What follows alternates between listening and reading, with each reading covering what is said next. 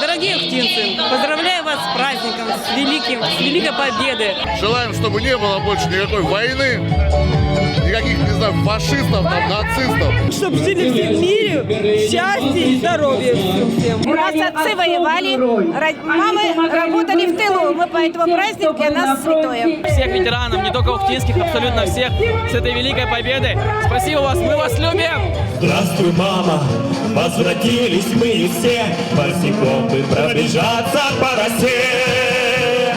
Пол Европы прошагали, пол земли, этот день мы приближали как могли.